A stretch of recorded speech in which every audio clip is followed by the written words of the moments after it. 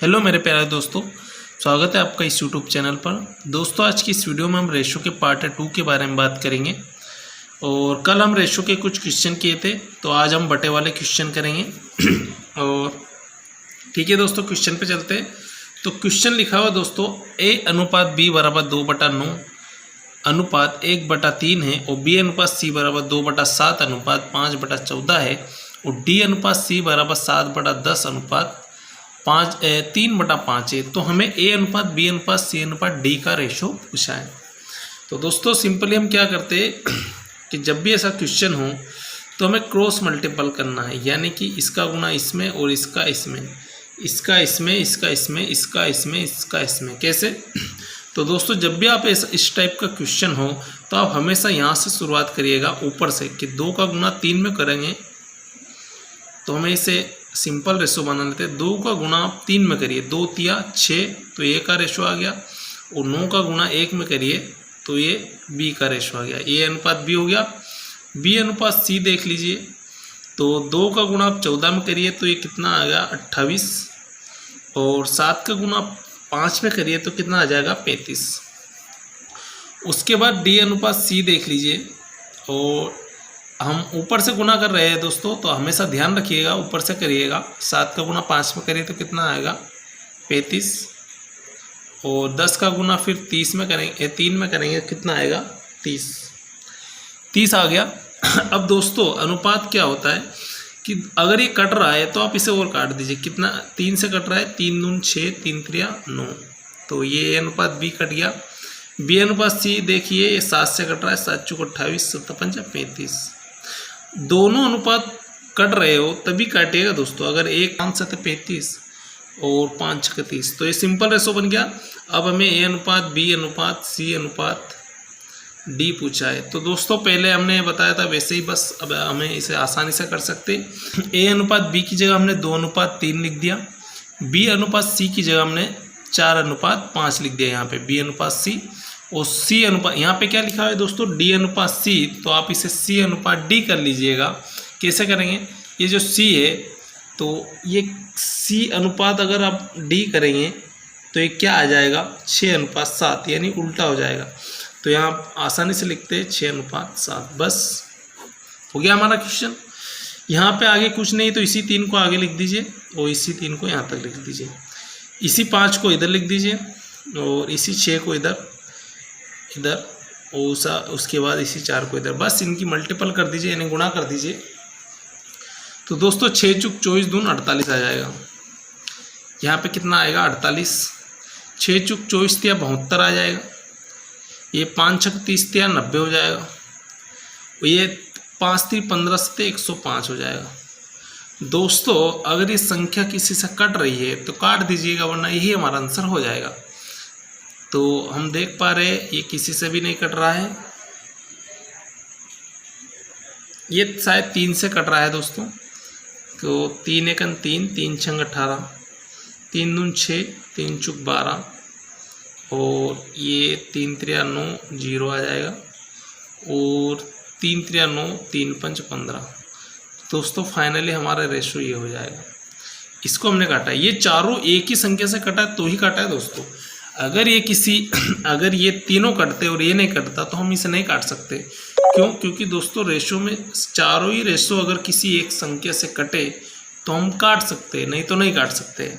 तो फाइनली हमारा एक ही संख्या से कट रहा था तो हमने काट दिया, नहीं कटता तो नहीं काटते।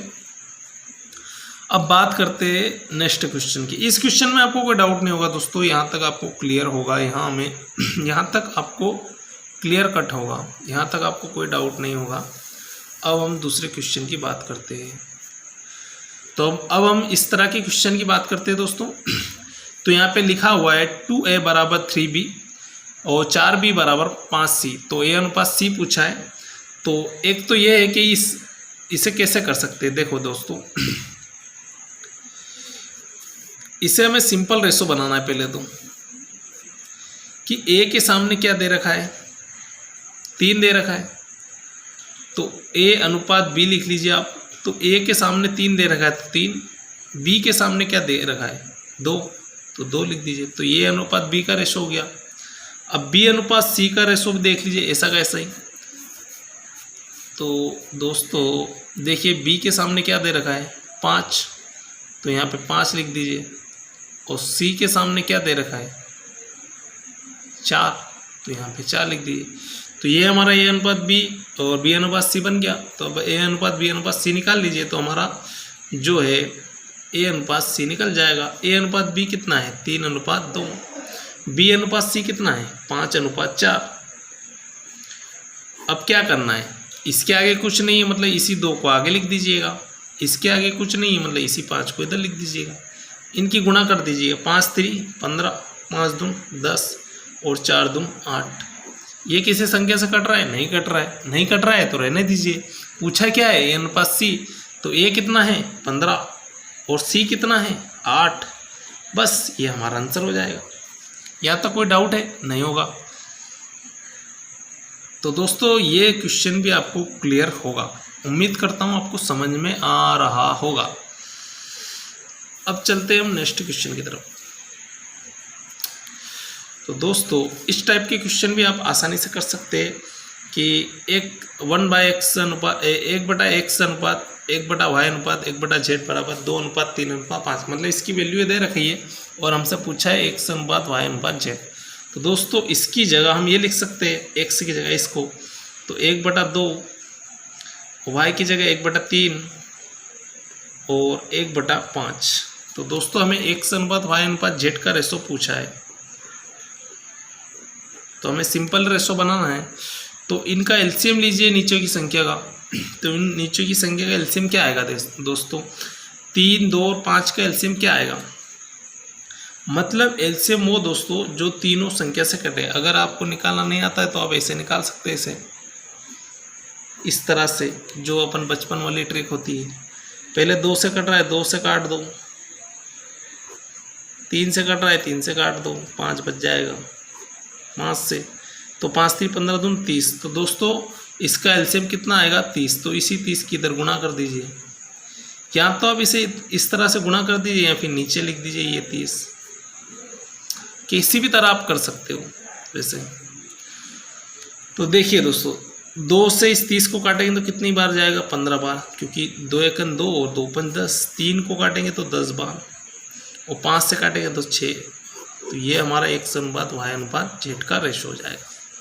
एलसीएम वो होता है दोस्तों, अब जैसे ये 30 है, ये 5 की संख्या में 5 में भी आ रहा है, 3 में भी आ रहा है और 2 में भी आ रहा है, यानी कि तीनों संख्या से जो तीनों के पहाड़े में जो आए उसे एलसीएम बोलते हैं। और सबसे कम यानी 30 सबसे कम वाला संख्या है जो इन तीनों से कट रहा है, वरना ये 60 भी इन तीनों से कट सकता है, लेकिन हमें लोएस्ट एलसीएम मतलब सबसे लो संख्या वाला एलसीएम लेना है। तो ये क्वेश्चन भी आपको समझ में आ गया होगा। तो यहाँ तक आपको क्लियर है दोस्तों। अब हम नेक्स्ट, तो दोस्तों हम नेक्स्ट क्वेश्चन की तरफ आ गए। अब हमें नेक्स्ट क्वेश्चन में पूछा है a/3 बराबर b/4 b/4 बराबर c/5। तो हमसे क्या पूछा है, a अनुपात b अनुपात c। तो दोस्तों जब भी इस टाइप का क्वेश्चन आए तो हमें क्या करना है कि पहले हमें बताया कि आपको इसका गुना इसमें, इसका गुना इसमें, तो ये कितना आ जाएगा 4a बराबर 3b। यहाँ तक हो गया। इसका गुना फिर इसमें कर दीजिए, 5b बराबर 4c। देखो a के सामने क्या है, अभी हमने निकाला a अनुपात b, तो a के सामने कितना है 3 और b के सामने कितना है 4, तो a अनुपात b का रेशो बन गया। अब b अनुपात c का रेशो बना लीजिए, b के सामने कितना है 4 और c के सामने कितना है 5, तो ये हमें a अनुपात b और b अनुपात c का रेशो मिल गया। तो हमसे पूछा है a अनुपात b अनुपात c, तो a अनुपात b की जगह कितना लिखना है 3:4, b अनुपात c की जगह कितना लिखना है 4:5।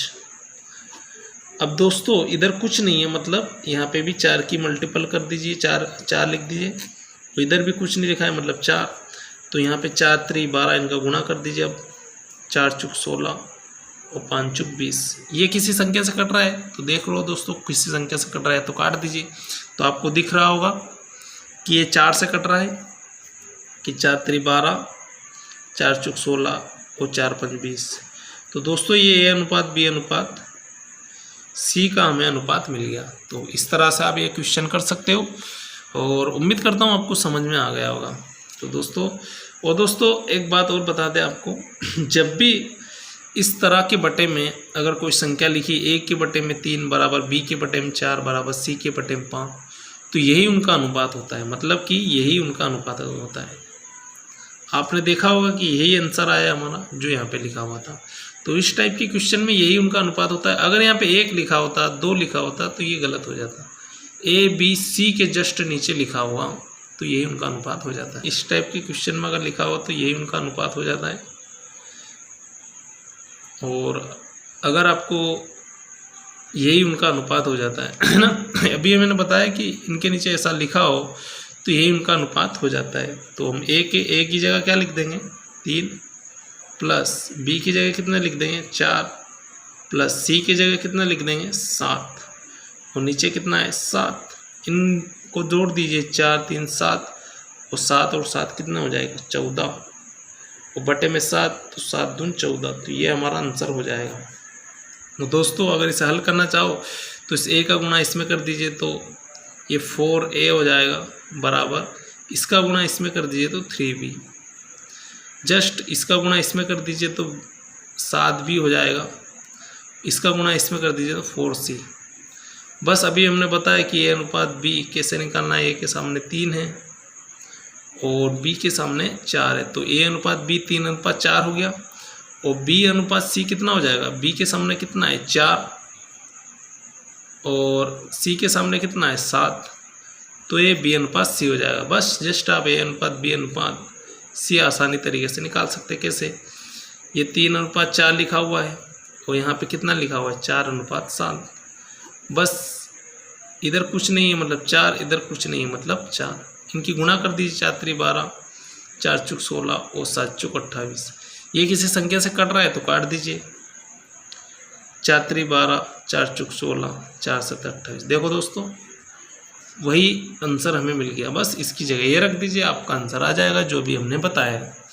तो ये भी आपको क्लियर होगा और उम्मीद करता हूँ दोस्तों आपको समझ में आ रहा होगा कि ए अनुपात बी बराबर बी अनुपात सी, तो A4 अनुपात B4 पूछा है। तो दोस्तों आपको पता है हम अनुपात को बटे के रूप में लिख सकते हैं। तो A बटा B बराबर B बटा C। तो भाई A का गुणा B का गुणा इसमें करेंगे तो ये कितना हो जाएगा भाई, A का गुणा इसमें तो AC और B का गुणा इसमें तो B² बराबर AC हो जाएगा। तो दोस्तों हमें क्या है B4 की वैल्यू चाहिए, यानी A4, इसको भी हम बटे के रूप में लिख सकते हैं A4 बटा B4। तो यहाँ B², अगर हमें B4 की वैल्यू मिल जाती है तो हम यहाँ पर रख सकते हैं, ठीक है ना। तो हम क्या करेंगे, दोनों तरफ वर्ग कर देंगे, इसका भी स्क्वायर इसका भी स्क्वायर, तो ये क्या हो जाएगा A² C², ये ऐसा हो जाएगा और B² की जगह कितना हो जाएगा B4। तो हम क्या करेंगे A4 बाय B4 की जगह क्या लिख देंगे, A4 को हम क्या लिख सकते हैं दोस्तों A² इंटू A²। क्यों, क्योंकि आधार समान है तो कहाँ तक जुड़ जाएगी तो भी ये आएगा। तो इसकी जगह हम A² इंटू A² लिख सकते हैं। तो B4 की जगह हम ये लिख सकते हैं A² इंटू C²। तो इससे ये कट जाएगा तो हमारा आंसर क्या आ जाएगा A² बटा C²। यही हमारा आंसर हो जाएगा। और मिलते हैं नेक्स्ट वीडियो में। अगर आपको वीडियो अच्छा लगे तो लाइक ज़रूर करिएगा। ओके दोस्तों, जय हिंद जय भारत।